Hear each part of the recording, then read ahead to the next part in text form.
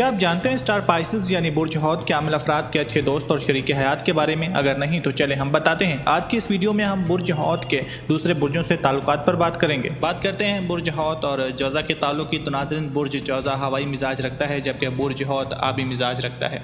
इन बुरूज के मर्द और औरत की अगर आपस में शादी हो जाए तो मियाँ बीवी में बाज़ औक़ात मामूली बातों पर इख्तलाफ होता है जो इनमें लड़ाई झगड़े का सबब बन सकता है। दोनों को समझदारी से काम लेकर उस वक्त से गुजरना चाहिए और ख़ास तौर पर बदज़बानी से बचना चाहिए।